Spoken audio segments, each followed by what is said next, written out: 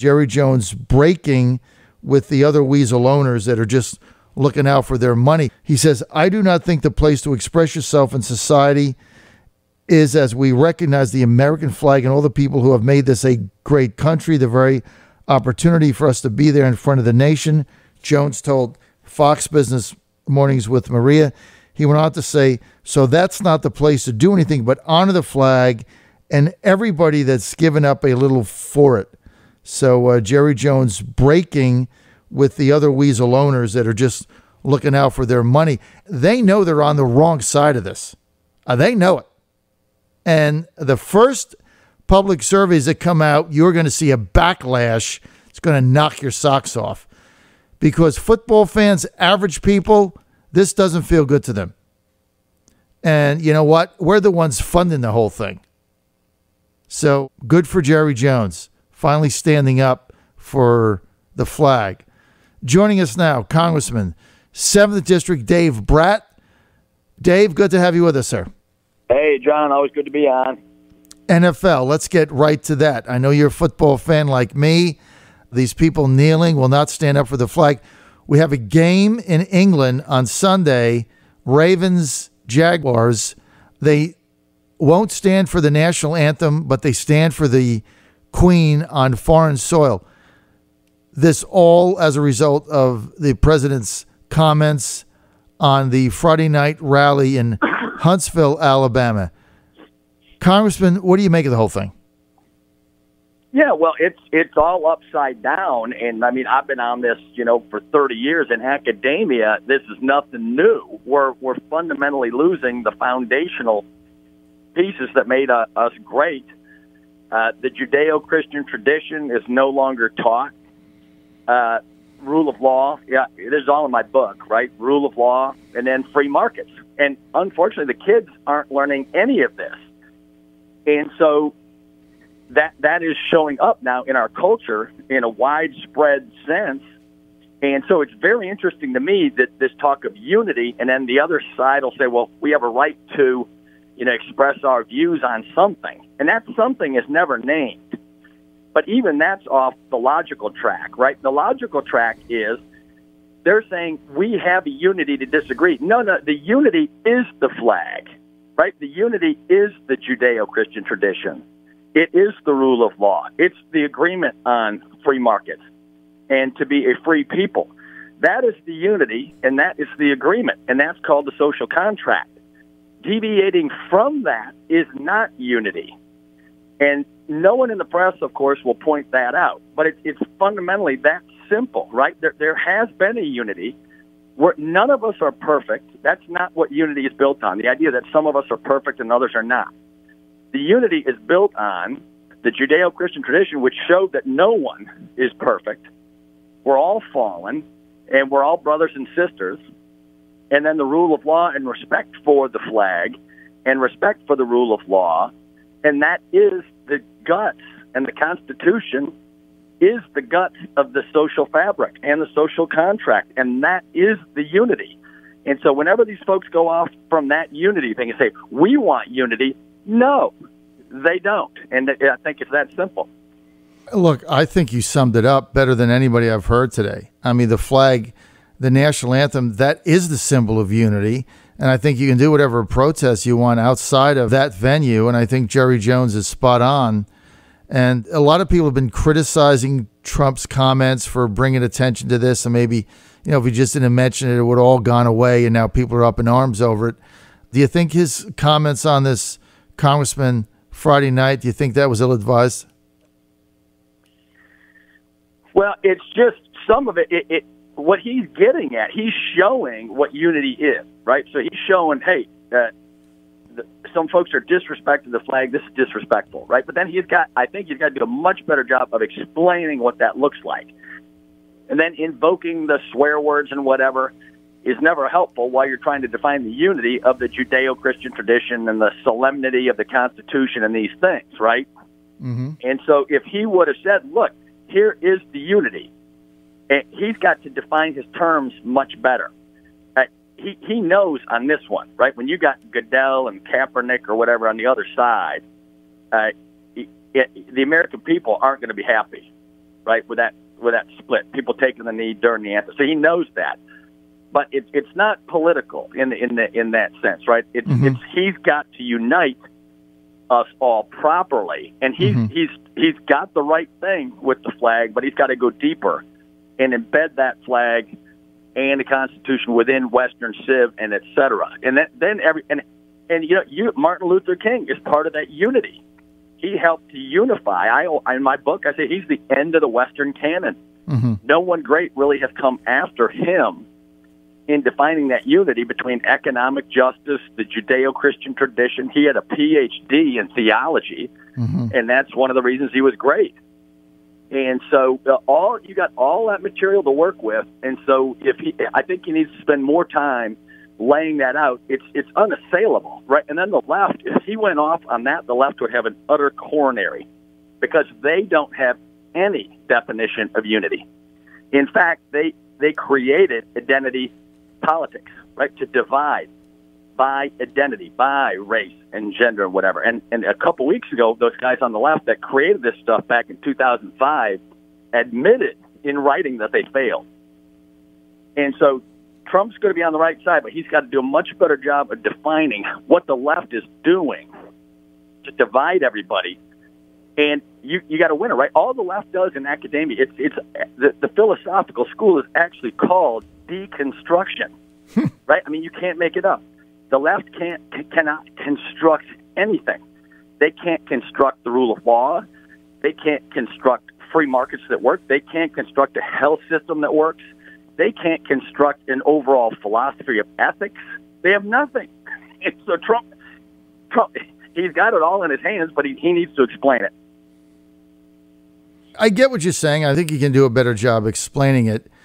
But in general, let me just ask you this. I mean, I was disturbed yesterday by seeing these people kneel, okay? And then I'm a Tennessee Titans fan. I was upset that my team stayed in the tunnel. I had to get over that to watch the game.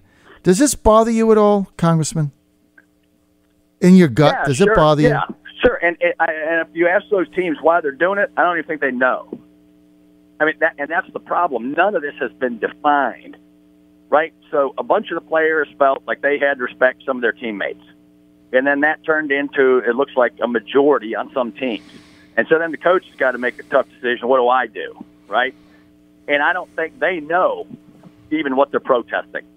Right. And, of course, the mainstream press won't do that. All they do is say it's all the identity politics. That's all that's what they've been trained to do. They're leftists, right? And so Trump opened the door for that interpretation. You got to close the door on that interpretation, and he's got to make it really clear. Because these coaches and a bunch of the players, if you ask them, I haven't heard an explanation right yet. What is this about? What is the content of the protest? All people say on the other side of the talking point is, we have a right. Well, of course you do. No one's denying that right. But that's a silly argument. What is the content that you wish to put forward in society? And let's see whether that can stand ground or not. Well, it seems like the genesis of this is, and what some people were saying yesterday, the genesis of it is that there's racial injustice, white cops killing African-American males and not being brought to justice. That seems to be the gist of it here. All right, I'm going to move on. Congressman, let's go to the new healthcare plan that is now dying on the vine. Graham-Cassidy, John McCain, once again, deep sixing it. I don't know how they get 50 votes. Now they're trying to sweeten the pot, put more money in. Ted Cruz on Sunday saying he was out. Mike Lee saying he's out. I don't see how this thing survives. Where are we with this now? Do you have any idea?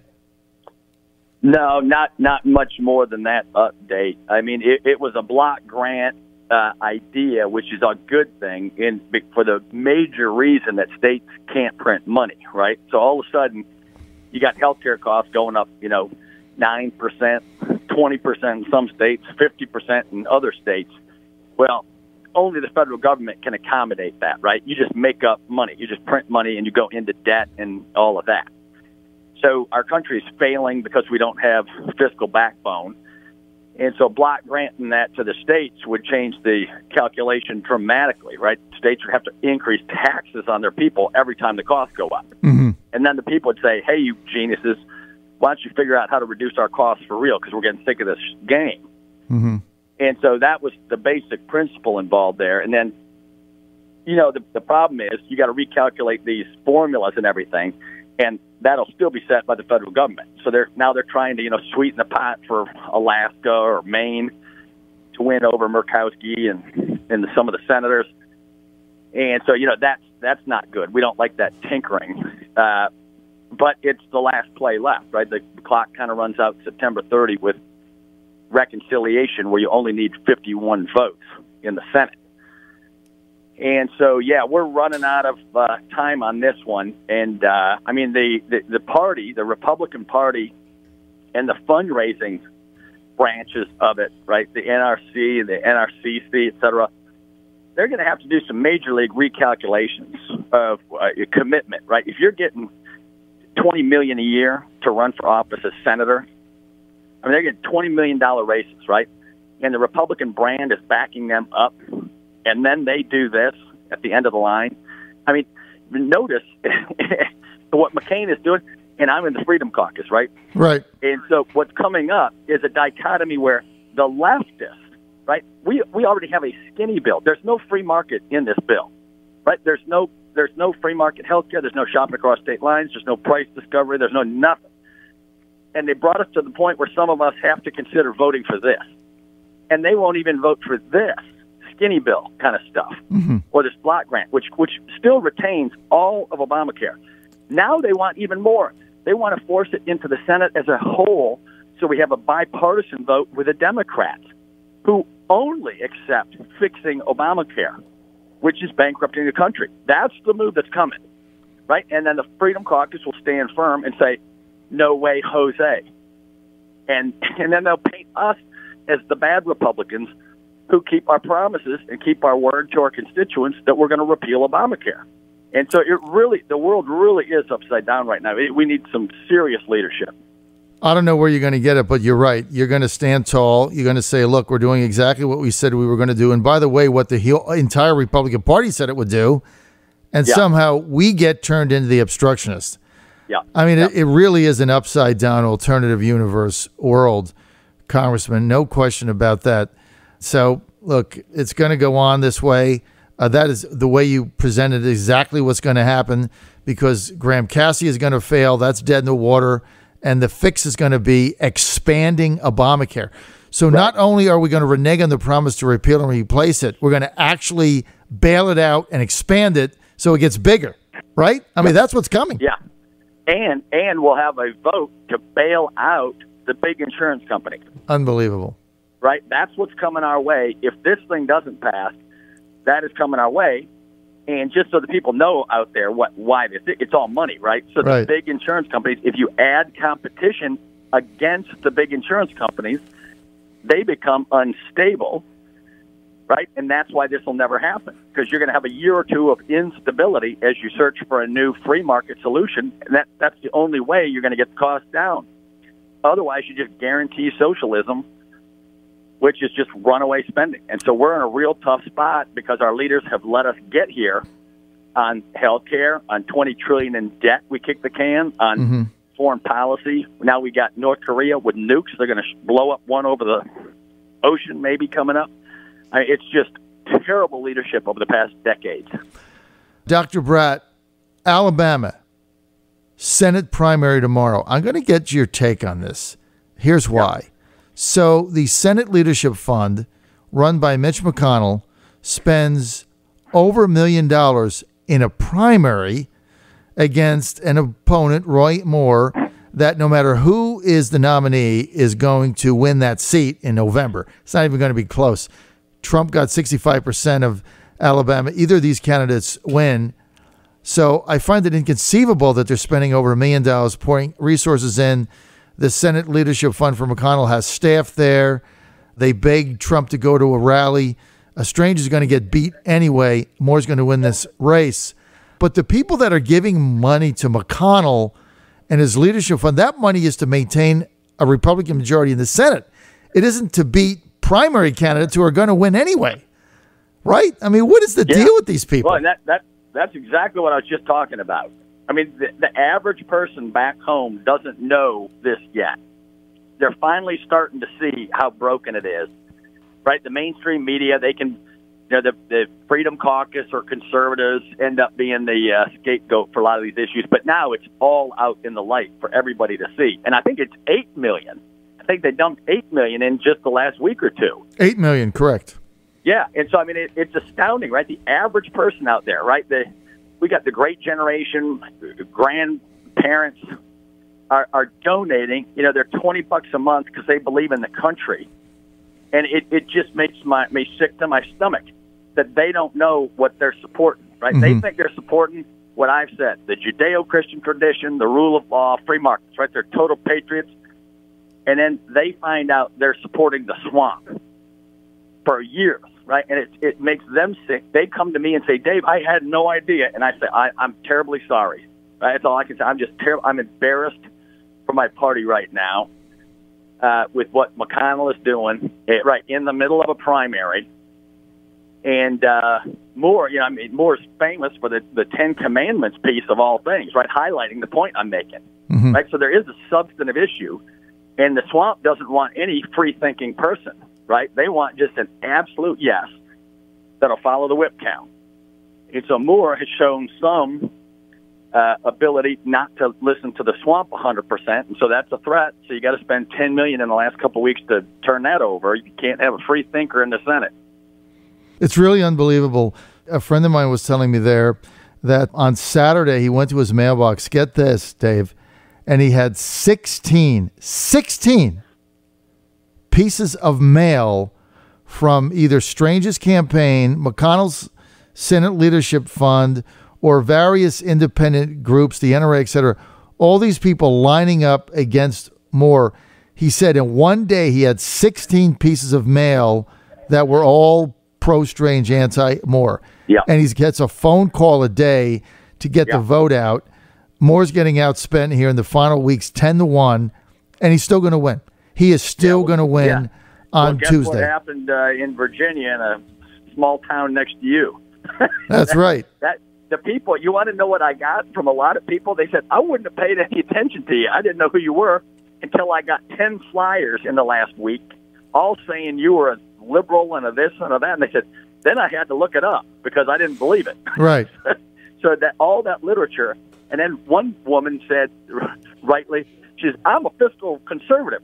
And when I see someone wasting money like that, it makes me wonder if they're going to waste money on other stuff. And she was exactly right. No, you're exactly right, Dave. Hey, thanks for weighing in. We've endorsed Judge Roy Moore. He is going to win this race on Tuesday, and it's going to be the night the movement transcends its leader and people start really figuring out what is going on in this swamp in Washington. We're out of time. Thanks for being with us. More information, DaveBrat.com, DaveBrat.com.